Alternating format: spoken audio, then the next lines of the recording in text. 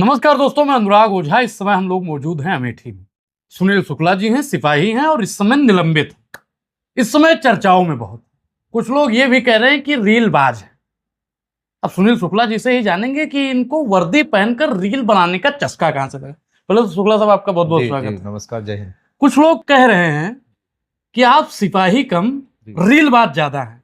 सुबह उठते हैं तो नमस्कार, मैं सुनील शुक्ला सिपाही, और अपना वक्तव्य शुरू करते हैं माननीय मुख्यमंत्री माननीय मुख्यमंत्री माननीय मुख्यमंत्री करने लगते हैं। आपको रील बनाने का चस्का क्यों लगा?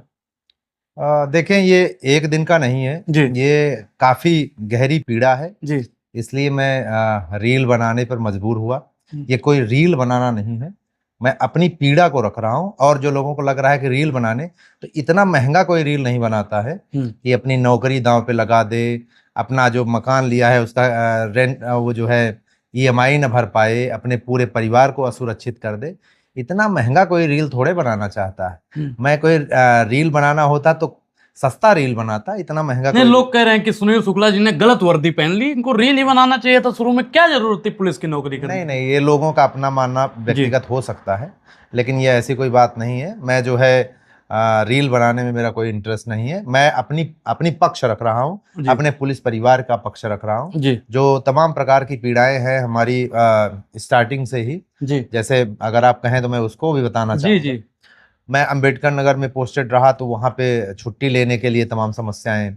और एक बात मैं और आपको एक नई चीज़ में साझा करना चाहूँगा कि मैं आलापुर थाने पर था, तो वहाँ पे एक बार SHO महोदय की गाड़ी पे मैं भी बैठा था और हमारी 2 बहनें बैठी थी।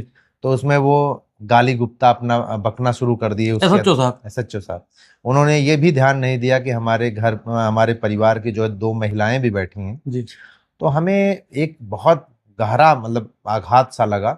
मैंने कह भी दिया SHO साहब से कि सर, आप क्या अपने घर में रहते तो अपनी बहन बेटियों के सामने इस तरह से जो आप बोल रहे हैं, क्या ऐसे ही आप बोलते हैं कि यहाँ पे बोल रहे हैं? तो उन्होंने पीछे मुड़े, हमसे हाथ जोड़ लिए, कहे शुक्ला जी बिल्कुल आपने हमारी आंखें खोल दी। अच्छे व्यक्ति थे, उनको जो है ये चीज़ समझ में आया। और मुझे लगता है कि कोई अगर गलत कर रहा हो तो उसको अगर सुझाव दे दिया जाए तो उसमें सुधार होना चाहिए, यही प्रवृत्ति होनी चाहिए। उसी तरह से जैसे मैं पुलिस विभाग में अगर मैं ये बता रहा हूँ कि इस तरह से करप्शन हो रहा है, अगर इसमें सुधार कंप्यूटरीकृत व्यवस्था करके, मानव संपदा पोर्टल को करके, ट्रांसपेरेंसी करके सुधार हो सकता है, तो सुधार करने में प्रयास किया जाना चाहिए था, ना कि मुझे सस्पेंड करके मेरा दमन कर दो। चलिए सर, जिस सिस्टम पर आप आरोप लगा रहे हैं उसमें गड़बड़ी है तो आपने इस्तीफा क्यों नहीं दिया और सड़क पर विरोध प्रदर्शन क्यों नहीं किया? बिल्कुल, आपने विरोध प्रदर्शन का एक तरीका यही नहीं होता है कि जो है धरना प्रदर्शन कर देना या फिर नौकरी से त्याग पत्र दे देना। एक तरीका ये भी है कि हमारे जो परिवार के लोग हैं, चाहे वो पत्रकार साथी हों, चाहे जो है हमारे समाज के लोग हों, चाहे माननीय मुख्यमंत्री जी हों, चाहे हमारे शीर्ष अधिकारी हों, उन तक बात पहुंचाना भी एक प्रकार का जो है अपना पक्ष रखना है, अपने न्याय की गुहार करना। मैं वही एक तरीका आप इस्तीफा देंगे या नहीं?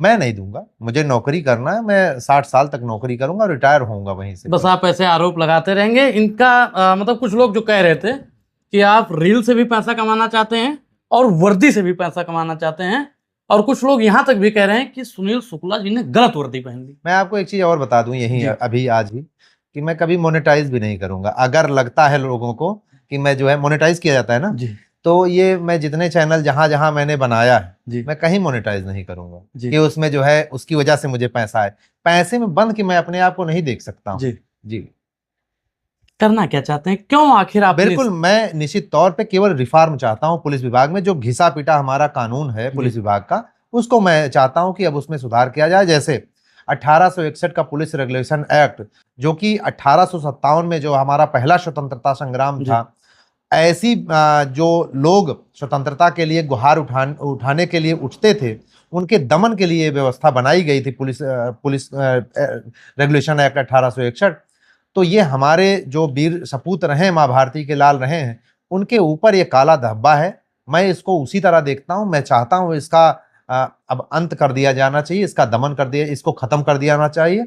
नया हमारा जो है, जो हम लोग बनाए, उसको अब चलना चाहिए। सर एक चीज बताइए, आप कि सिस्टम पुलिस बनाती है सरकार बनाता है? अब बिल्कुल, जो भी सिस्टम सरकार बनाती है या पुलिस? देखिए, मैं सर पुलिस या सरकार? सिस्टम पुलिस बनाती है या सरकार?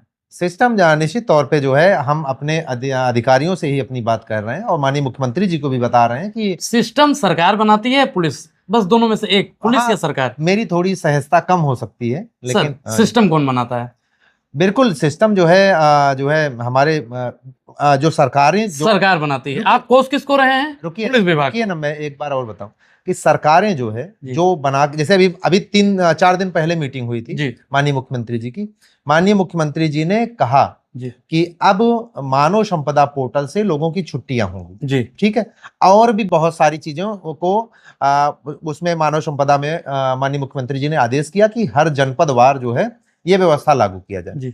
लेकिन अब हो क्या रहा है कि लोगों की छुट्टी जिस दिन रहती है उस दिन भी नहीं हो पा रही है। तो इसका मतलब क्या है कि हमारे माननीय मुख्यमंत्री जी जो चीज बनाते हैं वो यहाँ पे इम्प्लीमेंट लोग अपने, चूंकि कोई कहने वाला नहीं था, अब मैं कह रहा हूं इसलिए बातें वहां तक पहुंच रही हैं, नहीं तो ये अपना मनमानी ढंग से चाहे जो चलाएं, कोई उसका फर्क नहीं। तो अब जो है मानव संपदा पोर्टल से अभी भी छुट्टी, जैसे मान लीजिए कि 3 तारीख से मैंने लगाया, तो 3 तारीख को छुट्टी ना होगी, 4 तारीख को होगी, 5 तारीख को होगी, तो हम किस तरह से टिकट लें, कब टिकट निकालें? और फिर टिकट हम बिना लिए ट्रेन में बैठेंगे तो वहां टीसी महोदय भी हमसे पूछेंगे कि क्यों इधर आ गए।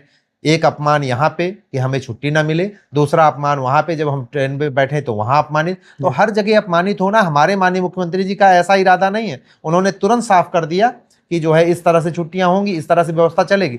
लेकिन हमारे अधिकारियों की स्वेच्छाचारिता है, वो अपने को राजा देखते हैं कि राजा की तरह ट्रीट करते हैं कि चाहे जो कर देंगे माननीय मुख्यमंत्री जी, मैं नहीं मानूंगा।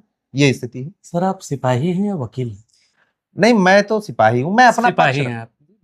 आपने कहा कि दरोगा लोग जब माल बरामद करते हैं तो वो अपनी जेब से खर्चा करते हैं जी। दरोगा साहब को पीड़ा नहीं हो रही है, आपको कहे दर्द है इतना? अभी मैं आपको दिखा दूंगा फोन पे, तो दिन मतलब भर फोन पे आता है? नहीं, फोन पर। अच्छा, फोन पर। हमने सोचा फोन पे। नहीं, फोन पर। फोन पर जो है कम से कम दिन भर में 50 दरोगा जी लोग फोन करते हैं। अब वो और भी पीड़ा मुझे बताते हैं जिसको मैं कह नहीं पा रहा हूँ। नहीं कहिए आप। नहीं, मैं इसलिए नहीं कह पा रहा हूँ कि चूंकि कुछ लिमिटेशन होती है जगह जगह पे कहने की। जहां तक मैं कह सकता हूं वहां तक मैं कह रहा हूं कि माननीय मुख्यमंत्री जी को मैंने बताया कि जो है हमारे दरोगा साथी जो है, बहुत सारे दरोगा साथी प्रेमानंद जी से इंस्पायर होकर ईमानदारी से नौकरी करना चाहते हैं, एक भी पैसा घूस नहीं लेना चाहते हैं। आपने कितना घूस लिया? मैंने तो पहले से यहाँ से पुलिस विभाग में जब एंट्री कर रहा था, आमद कराने जा रहा था पहली बार, तो पिताजी ने मेरे जो है मुझे कसम दिलाया था, और मैं इरादे में भी कसम शपथ तो सब पुलिस वाले लेते हैं। ठीक है, कुछ लोग मानते हैं, कुछ लोग नहीं मानते हैं, लेकिन मैं मानता हूं। जीवन में आपने 1 रुपए की चाय नहीं, कभी नहीं। पिला दिया होगा लेकिन पिया नहीं। जी, घूस देने में मुझे, चूंकि कई जगह चलता है, दिया है, मैंने स्वयं भी दिया, मैंने उसको भी माना वो भी गलत है, लेकिन जो चलता था मैंने दिया है, लेकिन लिया मैंने कभी नहीं। हमारे देश का कानून कहता है घूस लेना और बिल्कुल देना निश्चित तौर पे गलत, दोनों अपराध है। बिल्कुल। तो आप तो विभाग में रहते हुए भी घूस दे रहे हैं कि कभी छुट्टी के लिए घूस देना पड़ रहा है, कहीं तीर्थ यात्रा के लिए घूस लेना पड़ रहा है, रिश्तेदारी नातेदारी में कोई स्वर्गवास हो जाए उसके लिए घूस देना पड़ रहा है, तो आपको घूस देने की जरूरत क्यों पड़ी? बिल्कुल, अगर आप सिस्टम में, जैसे अगर आप नौकरी, फिर तो आपको यही स्थिति अपनानी पड़ेगी जो मैंने आज अपना लिया। अब हमसे कोई घूस नहीं लेगा। लेकिन अगर आप जब पहले, क्योंकि आपको नौकरी करना था, आप अपने आप को समझा रहे थे, दबा रहे थे कि नहीं कर लो, कैसे भी करके कर लो, तब आप उसमें घुट घुट के चल रहे थे। लेकिन जब एक आप अलग पायदान पे खड़े हो गए तो आपसे कोई घूस नहीं मांगेगा। हमसे किसी की हिम्मत नहीं है घूस मांगने की। लेकिन पहले तो मांगा लोगों ने। मांगा, मैंने दिया। पहला घूस आपने कितना दिया था? पहला घूस और किस चीज के लिए आपने घूस? हाँ, पहला घूस मैंने दिया था टीएडीए बरामद करने के लिए। वो मुझे लगता है कि एग्जैक्ट याद नहीं, लेकिन एक बार मैंने 10,000 दिया था। 10,000 रुपए? आपकी सैलरी कितनी थी? सैलरी मेरी उस समय रही होगी, हमको लगता है 38-40,000। 40,000 मान लीजिए। 40,000 रुपए में से 10,000 निकाल दीजिए, बचा 30,000। जी, नहीं, वो तब दिया था कि टीएडीए बरामद हुआ था, तो 1 लाख मुझे मिला था, तो उसमें से उसका 10% मैंने 10,000 दिया। अच्छा, इनाम मिला था? इनाम नहीं, टीएडीए अपनी ड्यूटी करने का। अच्छा। आप पुलिस विभाग को जी काला अंग्रेज बताते हैं? पुलिस विभाग को नहीं, आप अपने विभाग को ही कहते हैं। पुलिस विभाग के कुछ अधिकारियों को, 10 से 15% को। लेकिन आप माननीय मुख्यमंत्री भी रटते रहते हैं जी। कभी योगी जी पर सवाल खड़े किए आपने? नहीं, माननीय मुख्यमंत्री जी के ऊपर सवाल खड़ा करने का कोई सवाल ही नहीं। वो एक संत हैं और एक जो है एक सशक्त हमारे प्रदेश के मुखिया हैं। वो कभी हम लोगों के बारे में गलत नहीं सोचते। और एक मुखिया का ये दायित्व तो है और निश्चित तौर पे वो उस पर खरे भी उतरते हैं कि वो अंतिम व्यक्ति तक अपना न्याय पहुंचाने का प्रयास करते हैं। लेकिन वो सब चीज को नहीं देख सकते, क्योंकि एक तंत्र है, तंत्र व्यवस्था में वो उसका मॉनिटरिंग कर सकते हैं, एक इम्प्लीमेंट करा सकते हैं, लेकिन उसको जमीन तक एक कर्मचारी ही क्या आप पहुंचाता है। योगी जी से अपनी गुहार लगाएंगे? निश्चित तौर पे, निश्चित तौर पे। मैं तो रोज योगी जी पर सवाल क्यों नहीं खड़ा करते हैं आप? पुलिस विभाग काला अंग्रेज। जो लोग गलत करेंगे उनके ऊपर है। माननीय मुख्यमंत्री जी हमारे, मैंने पहले एग्जाम्पल के तौर पे आपको बता दिया कि मानव संपदा पोर्टल पे माननीय मुख्यमंत्री जी ने व्यवस्थाएं बनाई, लेकिन जो है हमारे अधिकारी अभी भी उसको मानने को तैयार नहीं, अपनी स्वेच्छाचारिता चलाते हैं। तो मैं फिर से माननीय मुख्यमंत्री जी तक बात पहुंचाना चाहता हूं आपके माध्यम से। पहुंचेगा तो निश्चित तौर पर फिर से फटकार लगाई जाएगी, नकेल कसी जाएगी। आप लगातार कहते हैं कि पुलिस विभाग में छुट्टियां नहीं मिलती जी आप इसलिए छुट्टी चाहते हैं जी। कि क्रांति आप करना चाहते हैं। नहीं। दूसरी बात, हाँ जी आपके विभाग में और भी लोग हैं, लाखों लोग हैं, जी वो भी तो बिना छुट्टी के जी रहे हैं। जी। नहीं नहीं, वो जी नहीं रहे हैं। आप देखिए ना कि कितने लोग मर भी रहे हैं, कितने लोग आत्महत्याएं कर रहे हैं, कितने लोग जो है इस पीड़ा में जो है डिप्रेशन के शिकार हो रहे हैं। बहुत सारे लोग, आप जाके एक बार लाइन में जाके देखिए और लोगों से पूछिए कि छुट्टी से आप खुश हैं, सारी व्यवस्थाएं वो आपको बता देंगे। आप तो बहुत बुद्धिजीवी व्यक्ति हैं, आप एक बार जाके देखिए ना, लोगों से बात करिए, आप तो उनके दिल के अंदर क्या है आप निकलवा लेंगे। चलते हैं लखनऊ। निश्चित तौर पे आप जहां जहां चलिए मैं आपके साथ चलूं, लेकिन अब इस समय मैं पुलिस के क्या आप मेरे साथ लखनऊ चलने के लिए तैयार हैं? निश्चित तौर पे सीएम आवास के सामने धरना देने के लिए तैयार हैं? नहीं नहीं, मैं ये चीज नहीं कह सकता हूं। ये चीज आप नहीं कर सकते, मैं क्योंकि आपको सोशल मीडिया पर वायरल होना है और वर्दी आपने गलत पहन ली, जैसा लोग आप पर आरोप लगाते नहीं हैं। नहीं नहीं, देखिए आपको सिर्फ विभाग को ही कोसना है। आप सीएम आवास के सामने बैठ जाइए, हम आपके साथ रहेंगे, हमारे टीम के जितने लोग हैं सब आपके साथ रहेंगे। नहीं नहीं, मैं माननीय मुख्यमंत्री जी से जो एक बार कभी मिलना हो पाया तो मैं माननीय मुख्यमंत्री जी से मिल के भी कहूंगा। आवास के सामने बैठ जाइए साहब। नहीं, अब ये लोकतांत्रिक तरीका ठीक नहीं है। तो नहीं, लोकतंत्र में तो धरना प्रदर्शन जायज है। धरना प्रदर्शन ठीक है, लेकिन आप वैसे भी तो क्रांति कर रहे हैं। नहीं, मैं जो है जो तरीके अपना रहा हूँ मुझे लगता है कि ये ठीक है। आप भगत सिंह को आप भी भगत सिंह को मानते हैं? बिल्कुल बिल्कुल। भगत सिंह ने तो कहा था कि गूंगे और बहरों को सुनाने के लिए बम का धमाका जरूरी है। नहीं, तो बम का धमाका जरूरी है तो मैंने फोन पे जो है बताया है, फोन पे चिल्ला के। योगी जी से बातचीत हुई? नहीं, माननीय मुख्यमंत्री जी से ऐसा कोई अवसर नहीं आया है। जी। निश्चित तौर पे वो हमारी बात को धीरे सुनेंगे आपके माध्यम से जी। तो निश्चित तौर पे हम लोगों के साथ में न्याय होगा, पुलिस परिवार के साथ न्याय होगा। लेकिन जब सिस्टम सरकार के अधीन है जी, आप अपने विभाग को ही गाली क्यों देते हैं? नहीं, विभाग ही कर रहा है ना। मैंने आपको एक एग्जाम्पल के तौर पे बताया कि जो है हमारे माननीय मुख्यमंत्री जी ने जो है मानव संपदा पोर्टल पे सारी व्यवस्थाएं कर दी, लेकिन उसके बाद भी नहीं माना जा रहा है तो हम माननीय मुख्यमंत्री जी को थोड़े कहेंगे फिर तो। आपने सर कहा कि छुट्टी लेना होता है तो सिपाही को या कोई भी जो भी आपके डिपार्टमेंट के हैं उनको झूठ बोलना पड़ता है। बिल्कुल बिल्कुल। कि मेरी माँ की तबीयत खराब बिल्कुल, है, निश्चित मेरी तौर। मौसी मर गई, निश्चित तौर। मेरे दादा मरने वाले हैं। हाँ हाँ हाँ हाँ। और आपने ये कह दिया कि मेरे माता पिता तीरथ से जाने वाले हैं तो आपको छुट्टी नहीं मिलेगी। निश्चित तौर पे यदि मर गए हैं तो ही हो सकता है छुट्टी मर गए हैं, और उसमें बीमार भी हैं। घूस देना पड़ेगा। देखिए, घूस हर जगह नहीं देना पड़ता है, लेकिन जैसे आप ईएल लेने जा रहे हैं तो बाबूजी को 100-200 रुपया दे देंगे तो आपकी एप्लीकेशन को फॉरवर्ड करा के और अधिकारी के सामने रखेंगे, तब वो 100-200 रुपए का चढ़ावा चढ़ाना पड़ेगा। तो ये सारी व्यवस्था आपने सर कभी डिपार्टमेंट में बैठ के चर्चा नहीं की कि यार क्या घूस रोज लेते हैं? रोज रोज रोज चर्चा करता था, रोज मैं विरोध करता था लोगों तो को। आपके थाना प्रभारी क्या कहते थे? थाना प्रभारी से ज्यादा मुलाकात नहीं रही, चूंकि मैं 10 साल की नौकरी में 1.5-2 साल ही थाने पर रहा, बाकी पुलिस लाइन ही रहा हूँ, तो ज्यादा हमारा उधर का नॉलेज है नहीं, लेकिन जहाँ पे है वहां का मैं चर्चा करता हूँ। आप कहते हैं कि घूस ना लें, बिल्कुल। उन लोगों का रिएक्शन क्या होता है? मैं हमेशा लोगों को कहता था कि आप मरोगे तो एक भी रुपया लेके ऊपर नहीं जाओगे, यही सब। क्रांति भी करोगे तो कुछ ऊपर नहीं लेकर जाओगे? नहीं नहीं, वो बात नहीं है। मैं जब तक मानवता है, जब तक मैं मतलब कि मनुष्य है उसको मानवता के लिए जीना चाहिए। अब कुछ तो करोगे ही ना, तो मानवता के लिए करो। जो अच्छे कर्म आपको बताए गए हैं धर्मशास्त्र में और जो उसमें एक प्रकृति के द्वारा बताया जाता है वो आप करिए।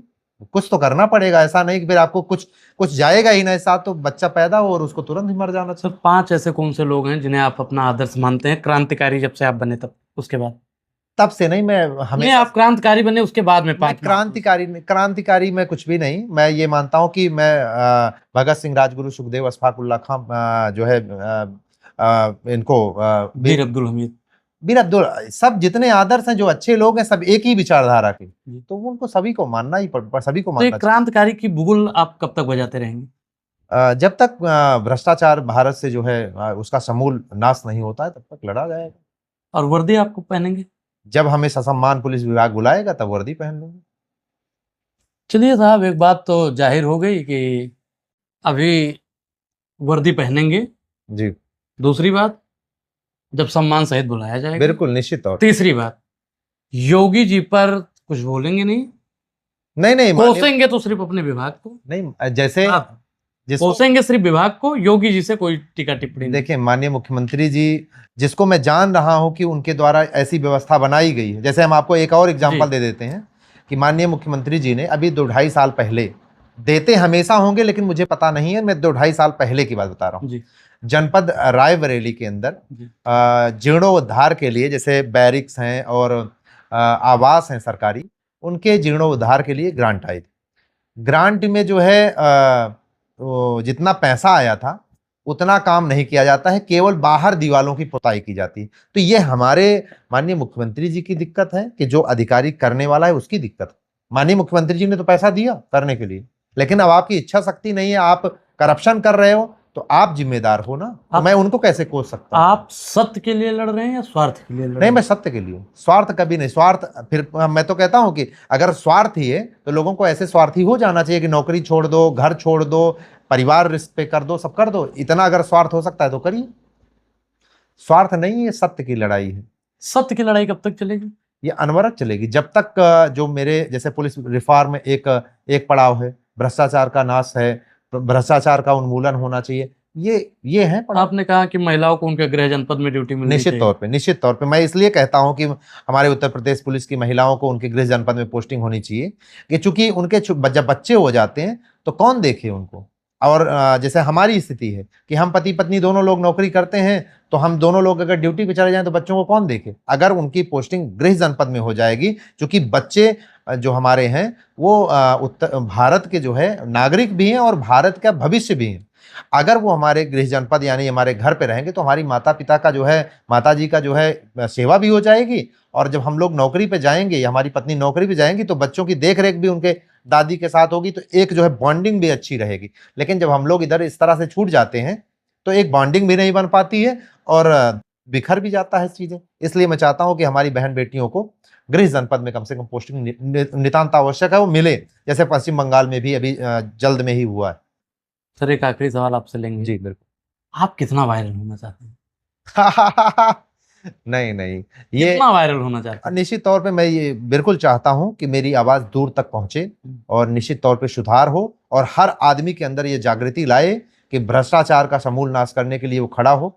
और मैं एक चीज और चाहूंगा कि कोई भी व्यक्ति किसी भी ऑफिस में जाए, किसी भी सरकारी ऑफिस में जाए, तो उसको एक पैसा घूस ना दे, भले 3 दिन दौड़ना पड़े। अगर ये जागृति आई तो ज्यादा से ज्यादा 2-3 साल में लोग ना तो घूस मांगेंगे और ना ही, और मैं तो कहता हूँ छोटे छोटे कैमरे लगा के जाइए। अगर कोई घूस मांगे तो विजिलेंस को भी फोन करिए, अपनी रिकॉर्डिंग भी करिए कि ऐसे भ्रष्टाचारियों का समूल नाश होना चाहिए। जी सर, बहुत बहुत धन्यवाद। जी धन्यवाद। तो हमारे साथ में सुनील शुक्ला जी थे, जो पेशे से सिपाही हैं और इसमें वायरल भी बहुत है। बहुत बहुत धन्यवाद।